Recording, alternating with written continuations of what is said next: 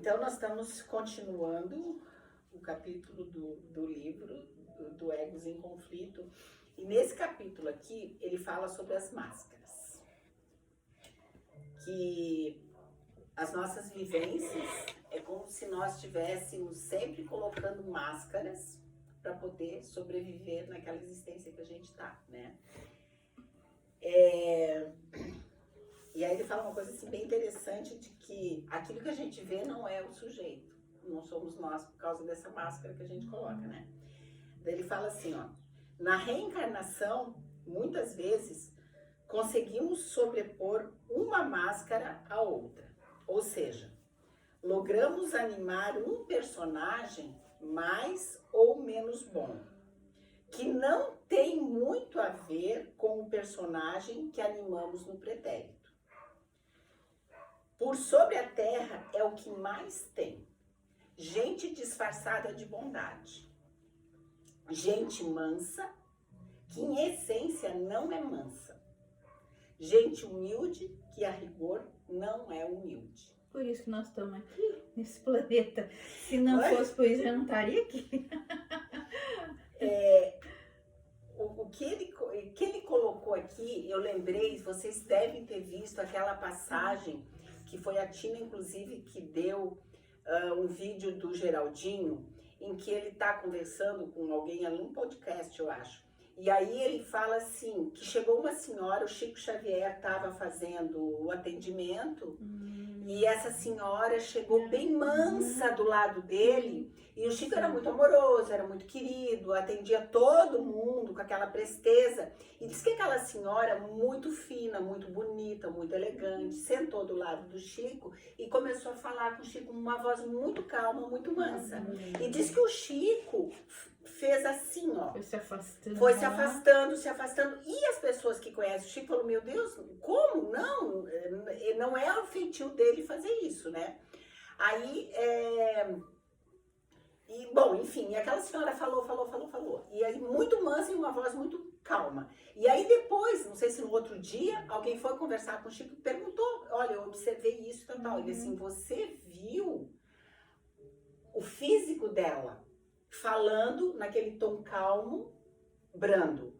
O espírito dela, o outro corpo dela, não sei o que se manifestou ali, ela vociferava. Era como se ela fosse... Eu lembro dessa passagem. Foi a Tina, né? Foi. Que colocou. Foi Ela gritava, ela arregalava os olhos assim. Arregalava, gritava, vociferava. Agora você veja assim, ó, gente, isso que eu falo assim, ó, que maravilha que é essa. Porque eu posso estar aqui, eu tô usando essa máscara agora, sabe? Dessa pessoa que está aqui conversando, sendo amável, sendo simpática. Mas todos usam máscaras. Mas pensa que no mesmo momento eu posso estar aqui, entendeu? Fazendo... Desde o momento que a gente nasce, a gente já começa usando máscaras. Por quê? A gente quer ser como o papai deseja, como a mamãe deseja, como os amigos desejam. A gente já começa usando máscaras aí. E aí a gente vem pra cá justamente para resgatar a nossa verdadeira essência. Para tirar essas máscaras. Isso. Então, no momento que a gente começa se tornando adulto, o que a gente vem fazendo? Para resgatar isso. A gente vem para se desvencilhar dessas máscaras. Para podermos ser nós mesmos. E essas máscaras que nos impedem de evoluir. Então, todos nós usamos. Né? Eu acho que é uma reflexão que a gente tinha que fazer, assim, de poder se olhar verdadeiramente Isso é como só a gente. um trabalho de autoconhecimento. Ah, sim, autoconhecimento. Sem autoconhecimento, você não atinge essa camada. E aí eu tava conversando com a Lê quando eu li isso aqui, né? E aí ela falou assim, mãe, a gente coloca uma máscara e a gente acredita que a gente é essa máscara. Porque ela fica tão colada em você. A gente nem sabe em que ponto é a máscara e que ponto é a gente. Isso, Sabe? Porque como se você se disfarçasse naquela pessoa, tu entende assim? E você vive aquela pessoa. Porque é uma defesa, às vezes a pessoa não tem condição de A pessoa quer enfrentar agradar, a o pessoa eu. necessita, é carente. Ela não Tem várias questões ela aí. se desmonta, né? Se ela presenciar mesmo quem ela é. Às vezes ela não se apresenta, né? Hoje eu atendi um cliente que ele vem tentando suicídio. E aí numa conversa ali, ele assim, ó, agora que eu me entendo por gente, que a vida inteira eu usei essas máscaras. Sempre fiz o que o meu pai queria, o que a minha mãe queria, o que a minha irmã queria, o que o meu companheiro queria, e eu nunca pude ser eu mesma. E isso fez com que ele tentasse suicídio várias vezes. E agora é a cura dele, ele tá resgatando, né, a sua essência. Mas muitas pessoas se sentem na obrigação de fazer o que os outros querem para ser aceita, né? Infelizmente é assim. Aí, ó, olha só que interessante que ele fala aqui, né, da gente hoje e o que foi no pretérito. O meio em que você viveu na Terra e está vivendo agora facilitou o desenvolvimento de suas boas qualidades. Então, a gente está aqui nessa batalha, né, de melhorar. Sem que tal signifique que as suas más, né, as más qualidades cultivadas em vidas pregressas tenham desaparecido por completo. Às vezes, elas podem estar simplesmente esperando que outra vez o meio as favoreça. Ser bom não é tão fácil assim. Então, eu posso estar boa nessa vida, mas as minhas más qualidades não significam que elas foram apagadas. E assim que tiver uma oportunidade, uma brecha, ela pode vir e tomar conta.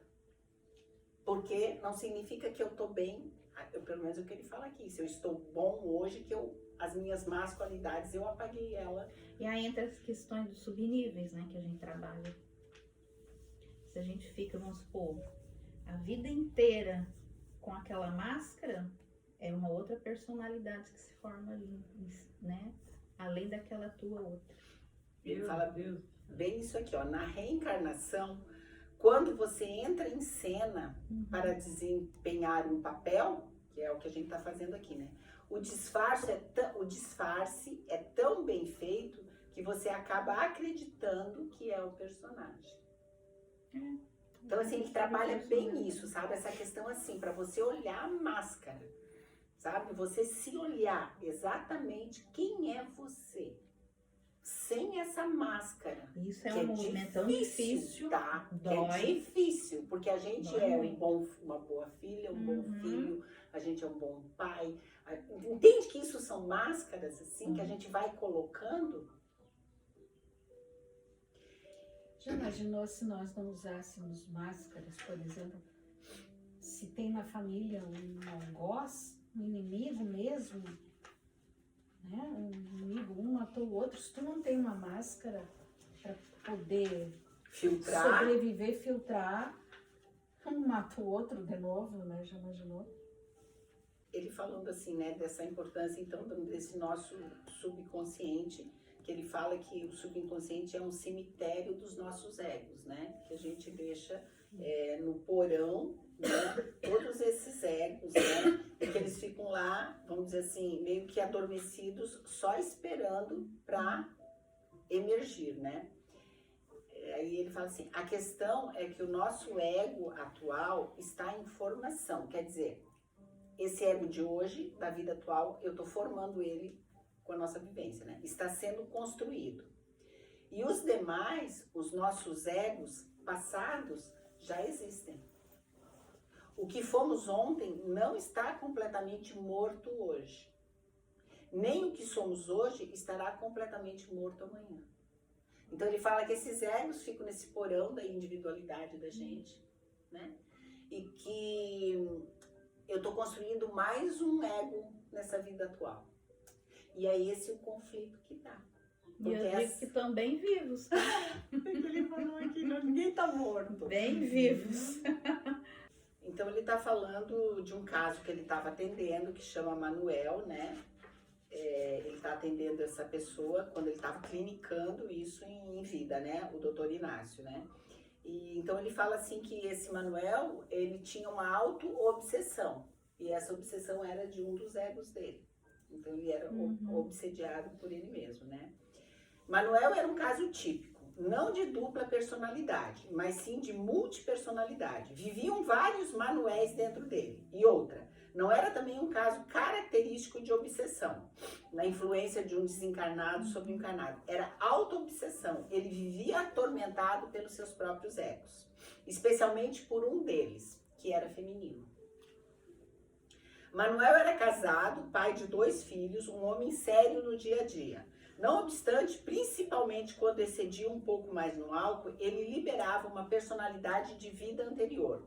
Certa vez pude atendê-lo numa ocasião assim. A princípio, julguei tratar-se de obsessão, de um processo de vampirismo ou coisa parecida. Mas depois, através, né, de orientações espirituais e tal, informaram para o Dr. Inácio que não era uma obsessão.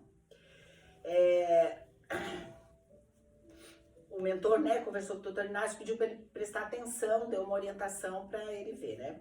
Conversando com o Manuel, de repente, ele como que se transfigurava, adquirindo trejeitos femininos. Um homem que no dia a dia era o protótipo do macho, inclusive calçava até botas, pois ele criava gado num pequeno pedaço de terra nas proximidades de Uberaba. Repito, não se tratava de atuação de espíritos obsessores. Manuel, afinando a voz, continuava a referir-se na primeira pessoa, passando a mão em sua calva, ele era careca, como se possuísse vasta cabeleira, que lhe caísse até os ombros. Na segunda visita que ele me fez, logo que o chamei de Manuel, delicadamente ele me corrigiu. Não sou Manuel, sou Sara. Um travesti espiritual. Manuel, em suas crises, assumia a personalidade de Sara, que, segundo ela, fora dona de um bordel em uma cidade próxima e de tanto beber contraíra cirrose, vindo a desencarnar. E daí ele fala assim, né? Agora ele fala assim, os travestis e outros são exemplos vivos de egos, que, rompendo a barreira do esquecimento do passado, sobrepõe-se ao ego atual em construção. A família de Manuel supunha que ele estivesse ficando louco, ou que o cérebro tivesse sido danificado pelo álcool. Outros ainda supunham que padecesse de possessão demoníaca. Realmente era possessão, mas não de espíritos. Ele estava possuído pelo ego, de sua derradeira experiência reencarnatória. Em certa visita que me fez ao consultório, Manuel, que chegara meio alcoolizado, foi logo dizendo: hoje o senhor não irá conversar com o Manuel, mas sim com Sara. Tu olha como a personalidade toma conta do corpo atual dele, né? Aí o doutor Inácio falou: tudo bem, esteja à vontade, Sara. E pondo-me a observar o paciente, fiquei imaginando que os leigos haveriam de rotulá-lo de imoral ou desavergonhado, pois era um homem casado, pai de 2 filhos, com certo nome na sociedade, religioso, frequentava a missa aos domingos, era assíduo. E daí a Sara falou: doutor, eu não me sinto bem neste corpo. Ao mesmo tempo, ele é meu e não é. O senhor compreende? Tanto olha a confusão mental que essa pessoa vivia, né? Ele fala assim: não sei o que aconteceu. Eu não quero este corpo. O cheiro dele não me agrada. A vida que eu tenho hoje não é a vida que tive e que gostaria de continuar tendo. Eu sou uma mulher, doutor. Adoro roupas femininas, perfumes, brincos e colares. Eu não suporto a minha vida assim. Não sei como fui me casar e ter filhos. Adoro os meus filhos, mas em vez de ter sido pai, eu poderia ter sido a mãe. A Domingas pergunta como é que o doutor Inácio se saiu dessa, né? Daí ele fala assim: eu não saí, eu entrei. A cada sessão, a primeira pergunta que eu formulava ao paciente era a seguinte: com quem eu devo conversar hoje? Com o Manuel ou com Sara? Quando um entrava de cena, quando um entrava, o outro saía, né? Com o tempo aprendi a distinguir um ego do outro, pelo jeito de cruzar as pernas. Quando o Manuel cedia lugar a Sara, o cruzar de pernas era elegante e ele passava a mão sobre o joelho como se estivesse ajeitando um vestido com abertura frontal. Então, gente, vocês pensam, né, que Se você não tem, eu acho, esse conhecimento da doutrina espírita, vamos dizer, né? Como psiquiatra que ele era, como que ele atenderia essa pessoa, né? Uma dupla personalidade. A gente chega a pensar que a grande maioria dos homossexuais, digamos assim, podem estar sendo influenciados também, né? Chega a me passar isso pela cabeça, assim. Que pode ser sendo auto-obsessão também, né? Nesse caso ali, ele falou que ele alternava, né? Que ele era um e era o outro. Os maiores casos de obsessão somos nós mesmos.